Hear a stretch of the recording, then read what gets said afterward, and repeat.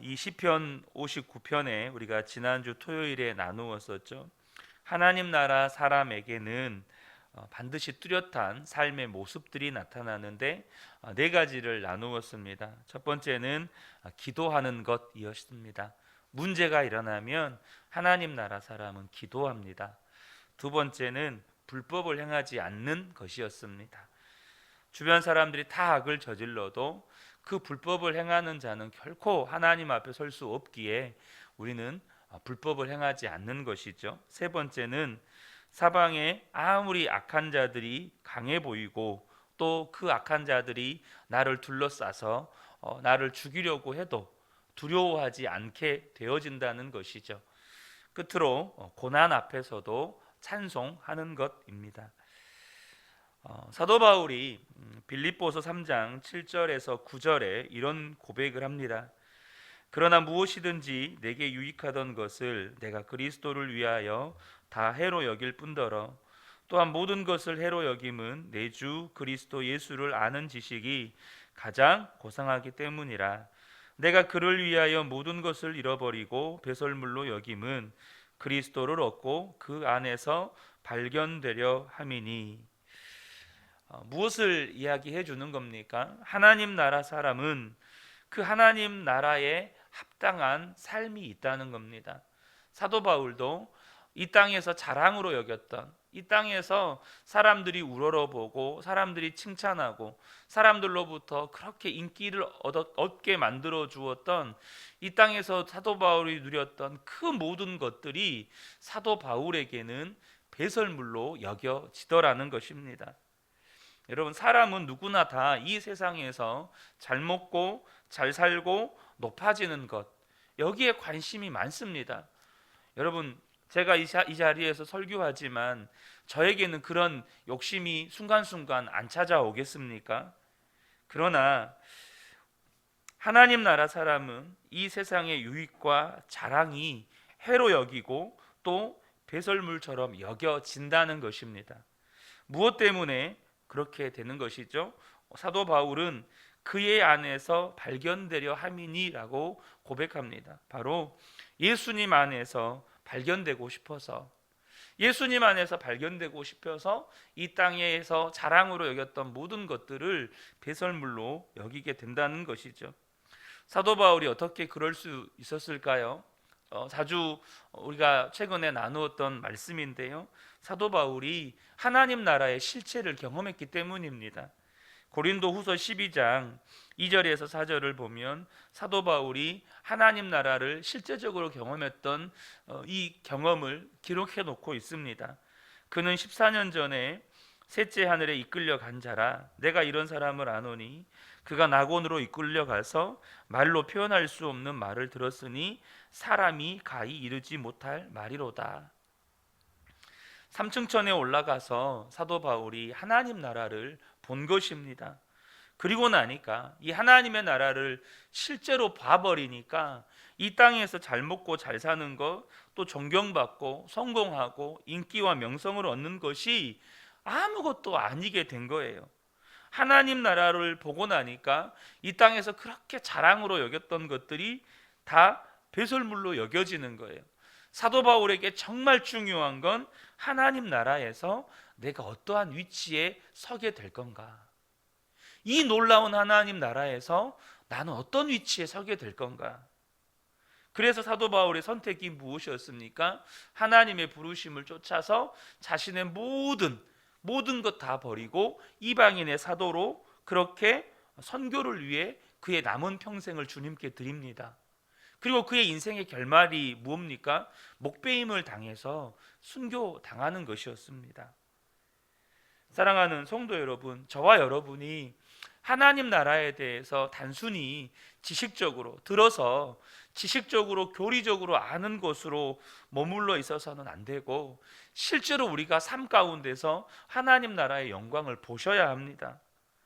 하나님 나라의 영광을 단순히 지식이나 교리로 아는 것과 하나님 나라를 실제로 경험한 것은, 이것은 하늘과 땅 차이입니다. 이런 말을 할 때 어떤 분들은 마음에 짜증나는 분들도 있을 수 있습니다. 그러면 나에게도 하나님 나라 영광 좀 보여주지. 나도 하나님 나라의 영광을 보면 사도 바울처럼 다윗처럼 살 수 있겠다. 안 보이는데 어떻게 하냐? 세상에 나가면 그냥 세상 일들만 보이지 하나님 나라 영광이 어디 있냐? 여러분, 우리가 그런 생각이 들 수도 있다는 것 이해가 됩니다. 그러나 우리가 하나님 앞에서 정말 겸손해지셔야 합니다. 내가 경험하지 못한 것이 없는 게 아닙니다.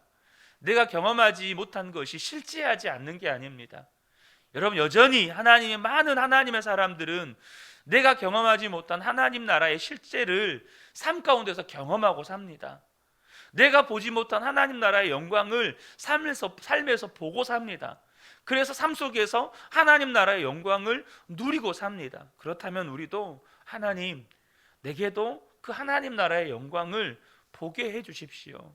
우리 가정에서부터 또 내가 일하는 일터에서부터 이 하나님 나라의 영광을 하나님 경험하게 해 주십시오. 우리가 겸손하게 구해야 한다는 겁니다. 우리가 구하지 않기 때문에 못 보는 것이죠. 여러분, 하나님 나라는요, 다가올 미래에 일어날 일이 아닙니다. 여러분, 예수님을 믿으면 이미 우리의 마음속에서부터 하나님의 나라가 시작된다고 주님이 말씀하셨습니다. 하나님 나라는 여기에 있다 저기에 있다가 아니라 너희 마음 가운데서 이루어진다라고 주님 분명히 말씀하셨어요. 우리 안에 분명히 예수님을 믿는 믿음이 있고, 또한 예수님이 우리 안에 왕으로 계시다면 우리의 마음속에서부터 하나님의 나라는 시작이 되는 겁니다. 우리 안에 정말 이것이 경험되어지기를 원하는 영적인 갈망과 소원이 있을 때 하나님은 반드시 우리의 눈을 열어주십니다. 신안 증도에 가면 여러분 아실 겁니다. 문중경 전도사님 순교 기념관이 있다는 거 아시죠? 아마 가보신 분들도 계시리라 생각이 되는데요. 이 증도라는 섬은 주민의 90% 이상이 예수님을 믿는다고 합니다. 그리고 신안 역시 이 일대가 7, 80%가 예수님을 믿는다고 해요. 특별히 증도에는 술, 담배를 하는 사람들이 없기 때문에 술, 담배가 안 팔린대요. 그러니까 아예 이런 조그만 슈퍼 이런 데는 술, 담배를 안 갖다 놓는데요. 사는 사람이 없고 먹는 사람이 없으니까. 근데 문중경 전도사님은 단순히 열심히 전도만 하신 것이 아닙니다. 문중경 전도사님이 제일 먼저 전도했던 섬이 임자도라는 섬인데요. 그 섬에 두 형제를 전도를 했습니다. 이판일, 이판성 형제입니다. 그 두 형제가 진리교회라는 교회를 처음 세웠고, 이판일은 장로님이 됐고 이판성은 집사님이 됐습니다. 그런데 6.25 때 봉산군이 그곳에 들어가면서 끔찍한 일이 벌어지기 시작한 겁니다. 수요 예배를 드리는데 공산군이 들이닥쳐서 예배 드리는 이 48명을 모조리 다 생매장해 버렸습니다. 어린아이까지 다 파묻어 버린 거예요. 그때 이판일 장로님 가족 13명이 다 죽었습니다. 그런데 유일하게 한 사람, 이인재라는 아들이 목포에 무슨 일을 보러 나갔다가 살았습니다. 집에 돌아와 보니까 이 끔찍한 일이 벌어진 거죠. 그런데 국군이 그 섬을 다시 회복하고 그때 이 끔찍한 일을 저질렀던 이 공산군들을 다 사로잡은 겁니다. 그들을 다 무릎 꿇리고 이인재라는 청년에게 총을 줍니다. 요즘 같으면 상상도 못할 일이죠. 너희 가족들을 죽인 사람이니까 네가 쏴 죽여라 라는 겁니다. 총을 잡았습니다. 마음에 왜 안 그러겠어요? 다 쏴 죽이고 싶지 않겠습니까? 그런데 총을 들었는데 마음 깊은 곳에서 원수를 사랑으로 갚아라 라는 하나님의 마음이 부어지는 겁니다. 그런 생각이 드는 거예요. 얼마나 갈등이 오겠습니까? 그냥 방아쇠만 당기면 쏴 죽일 수 있는데, 그러다 결국에는 총을 내려놨습니다. 그리고 내가 이 사람들 다 용서하겠습니다. 그 섬 마을이요, 6.25 전쟁 때 이쪽 편에서 세력을 잡으면 저쪽 편을 죽이고, 저쪽 편이 세력을 잡으면 또 이쪽 편을 죽이는 이 학살극이 계속 벌어지고 있던 상황이었답니다. 그런데 이 인재라고 하는 사람의 용서로 인해서 그 섬의 학살이 끝나게 됩니다. 그리고 그 공산군들이었던 사람들이 예수를 믿는 성도가 되었습니다. 여러분, 이런 일이 일어나니까 그런 복음화율이 생기는 겁니다. 무슨 말을 드리는 거냐면 하나님의 나라가 그 땅에 임하는 것을 그들이 본 겁니다. 하나님 나라의 영광을 그들이 그곳에서 본 거예요. 그래서 그들이 예수님을 믿는 것이 너무 기쁜 겁니다. 어찌 이 예수님을 안 믿을 수가 있겠어요? 그냥 복음을 전한다고 해서 예수를 믿은 게 아니죠. 문준경 전사님 같은 경우에는 신학교도 제대로 못 나오신 분입니다. 그냥 신학교에서 학력을 인정해줘서 졸업하신 분이세요. 그런데 이분이 전도하고 신학교 보내서 목사가 되신 분 중에 깜짝 놀랄 만한 분들이 여럿 계십니다. CCC 김중곤 목사님, 또 한신대 총장이셨던 고재식 목사님, 성결교회 이만신 목사님, 또 장로교회 고은 목사님, 정태기 목사님, 아마 여러분들이 몇 분 정도는 들어보셨으리라고 생각이 됩니다. 한국교회에 너무나도 선한 영향력을 주셨던 목사님들이십니다. 다 이런 분들이 이 문준경 전도사님이 신학교를 보내서 목사가 되게 하신 분들이세요. 한국교회에 이런 분이 한 분만 나와도 우리는 대단한 일이라고 하지 않겠습니까? 그 목사님이 이 교회 출신이더라. 그런데 한 분 전도사님이 그렇게 신학교를 보내서 이분들이 다 목사가 되신 분들이십니다.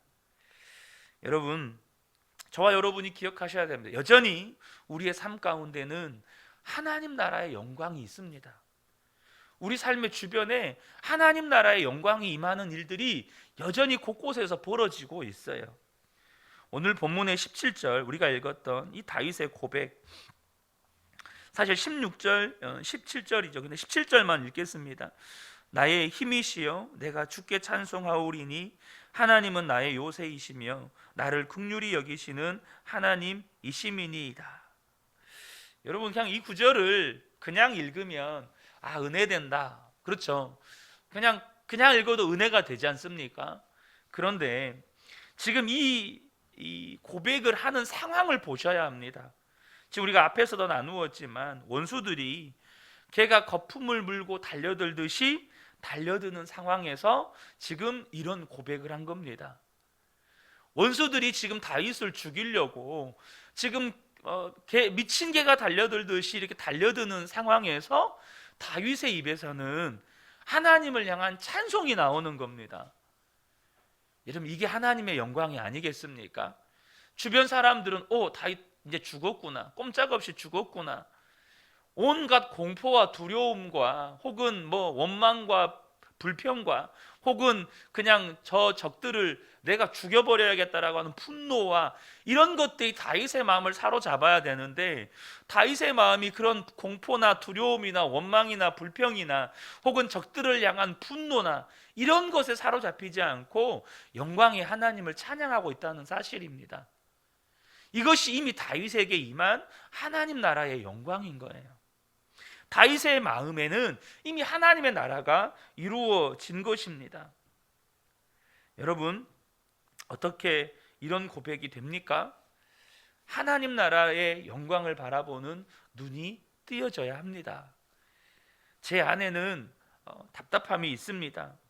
뭐냐면 여전히 하나님 나라의 눈이 뜨여지지 못하고 잠들어 있는 성도님들이 있기 때문입니다.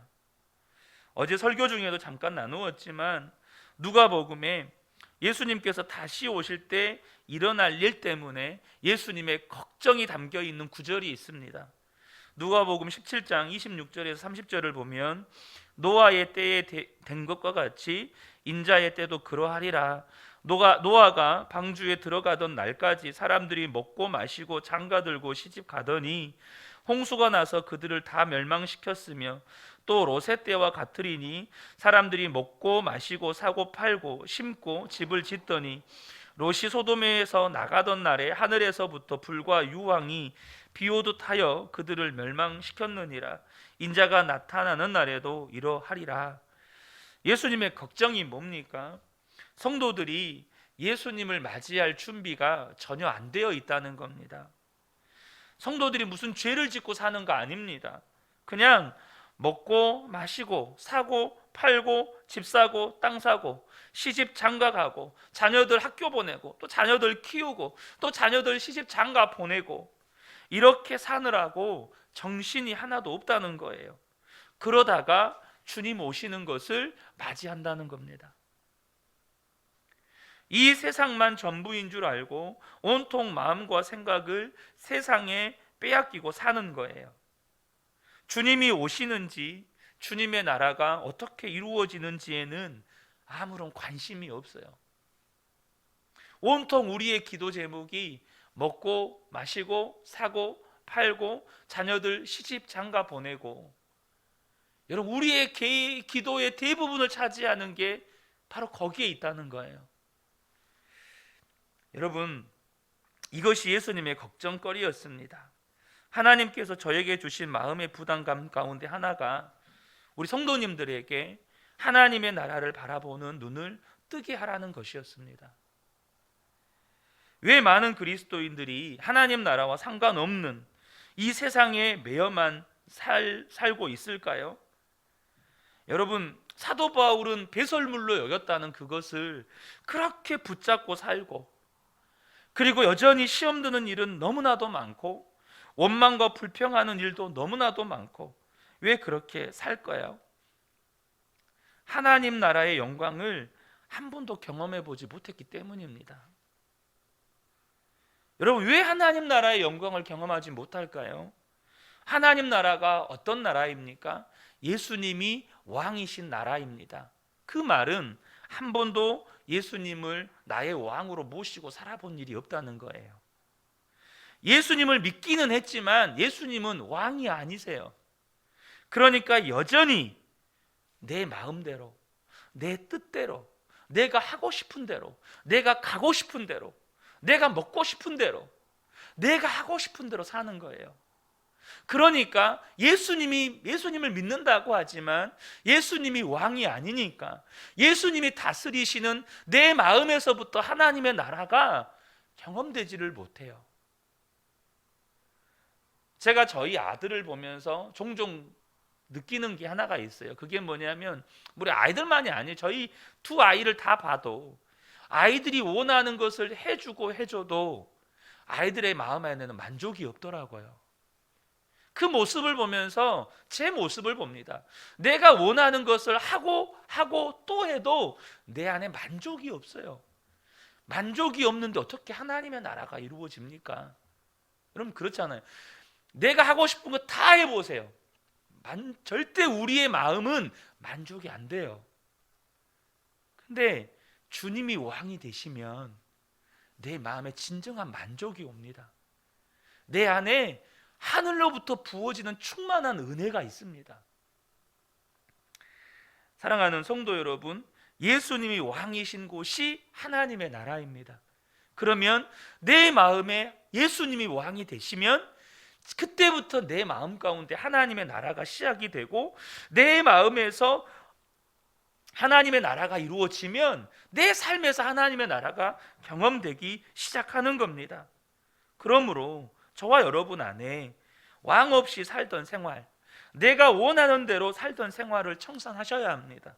가고 싶은 거 내 맘대로 가고, 먹고 싶은 거 내 맘대로 먹고, 하고 싶은 거 내 맘대로 하고, 내가 말하고 싶은 대로 내 맘대로 말하고, 내가 행동하고 싶은 거 내 맘대로 행동하고, 그것은 예수님이 왕이 아니신 거예요. 그러나 저와 여러분이 하나님 나라를 보는 눈이 뜨이면 그렇게 하라고 해도 안 합니다. 왜요? 예수님이 하고 싶은 것, 예수님이 하라고 말씀하신 것, 그것 하고 싶어집니다. 저는 이사야가 주님의 하나님의 영광을 보고 했던 고백, 주님 내가 여기 있사오니 나를 보내소서. 하나님이 그러잖아요. 이사야 보고 가라고도 말씀 안 하셨어요? 누가 나를 위하여 갈까? 주님이 주님의 마음을 이야기했을 때 이미 하나님 나라의 영광을 봐버린 이사야는 주님 내가 여기 있으니 나를 보내십시오, 자원하게 돼버리는 겁니다.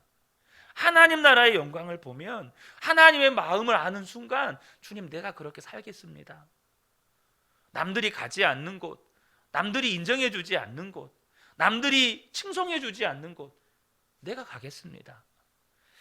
이 새벽에 함께 예배하는 우리 모든 성도님들의 삶에 예수님이 진정한 왕이 되셔서 하나님 나라의 영광을 보는 눈이 띄어지고, 그래서 우리의 삶이 내가 원하는 대로, 내가 먹고 싶은 대로, 내가 말하고 싶은 대로, 내가 행동하고 싶은 대로 사는 게 아니라 주님의 마음이 있는 곳에 있고, 주님이 인도하시는 대로 따라가고, 주님이 말씀하시는 대로 그렇게 살아갈 때 진정한 하나님의 나라의 영광을 경험케 되시기를 우리 주 예수님의 이름으로 축복합니다.